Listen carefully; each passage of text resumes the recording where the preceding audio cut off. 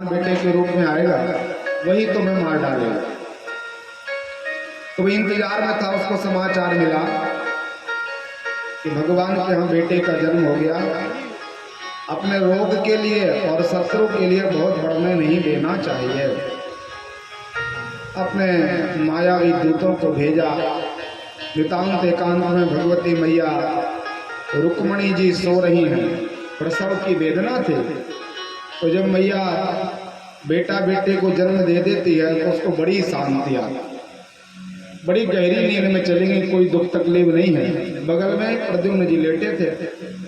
वो दुष्ट रात्रि में आया, कोई रूप बदल करके, कोई किसी को पता नहीं हो पाया, और नितांत एकांत में आकर के परमात्मा के बेटे का इसने हरण कर लिया, चुरा के ले गया। विशाल ऊंचाइयों पर चला गया, आकाश में टहास करके हंसने लगा। नारद जी का आगमन हुआ। नारद जी ने कहा, बेटा बहुत प्रसन्न से लग रहे हो, इस प्रसन्नता का कारण क्या है? तो कहा, भगवान आपसे कुछ छुपा नहीं है, आपसे कुछ छुपा लेंगे तो आप जान जाओगे, क्योंकि आप त्रिकालज्ञ हो। तो मैं आपको सही सही बता दे रहा हूँ कि ये भगवान कृष्ण का बेटा प्रद्युम्न है और मेरे मालिक का काल है। मैं अपने मालिक को अपने प्राणों की बाजी भी लगा सकता हूँ। ये तो छोटा सा बालक, इसको मारने का भाव है, हमारे हाथ लग गया।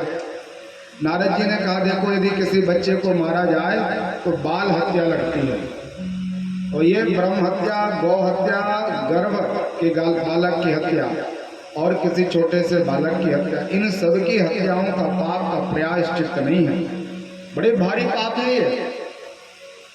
आप बालक को मत मारिए। बोले, कुछ भी हो महाराज, हम पाप पुण्य नहीं जानते, हमारा तो पुण्य वही है जिसमें हमारे स्वामी प्रसन्न हो, इसलिए मैं तो मारूंगा। नारद जी ने कहा, मैं आपको एक युक्ति बताता हूँ कि बालक भी मर जाएगा तो ये पाप भी नहीं लगेगा, बताइए।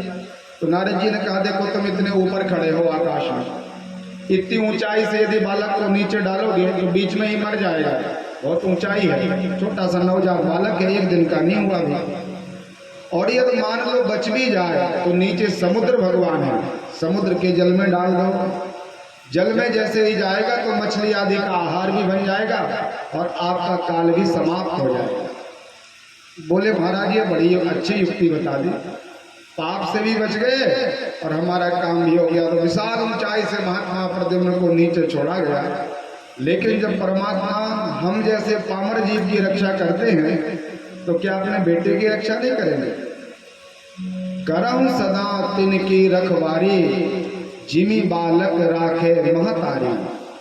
जैसे कोई माँ अपने नवजात बालक की 8वां याम रक्षा करती है, भोजन बना रही लेकिन दृष्टि उसके अपने बच्चे के ऊपर हो रही, जल भर रही है लेकिन उसका मन केवल बेटे के तरफ। ऐसे परमात्मा का यदि हम अनन्य भाव से आश्रय लें तो भगवान हमारी माँ की तरह रक्षा करते हैं। परमात्मा का नाम भक्त वत्सल है।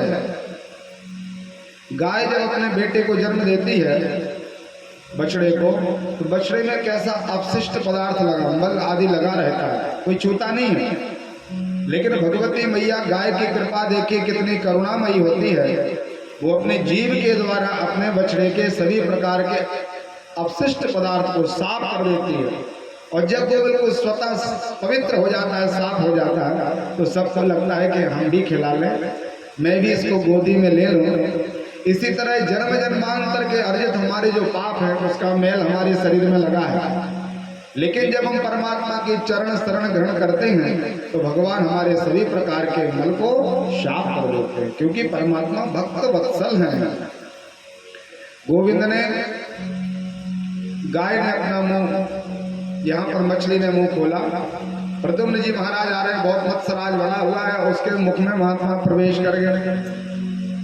अब इतनी बड़ी मछली और इतने बड़े प्रद्युम्न जी का ग्रहण कर लिया तो चलने फिरने में असमर्थ सी हो गई। किसी केवट आदि ने जाल फैलाया होगा और ये मछली फंस गई, केवट के हाथ लगी।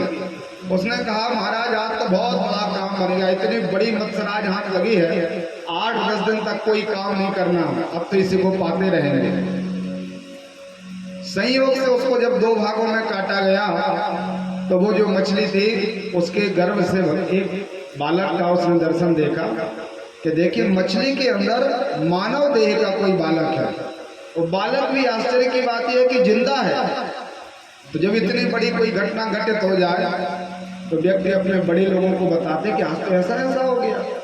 सीधे अपने राजा के पास आया और श्रेष्ठकर को कहा कि महाराज आपका धर्म देखिए। व्यक्ति धर्म की अपने हिसाब से परिभाषा कर लेते है दुष्ट दुराचारी असुर है दैत्य है रात दिन पाप कर्म करता है, लेकिन क्या दुहाई दे जा रही है महाराज आपका धर्म तो देखो। मछलियां भी बेटों को जन्म देने लगी। बड़ा प्रताप बहुत फूल गया। प्रशंसा को पचा पाना, संत भगवान की वाणी के प्रशंसा को पचाना बहुत बड़ा काम है। विष को तो पचाया जा सकता है लेकिन महाराज प्रशंसा को नहीं पचाया जाता।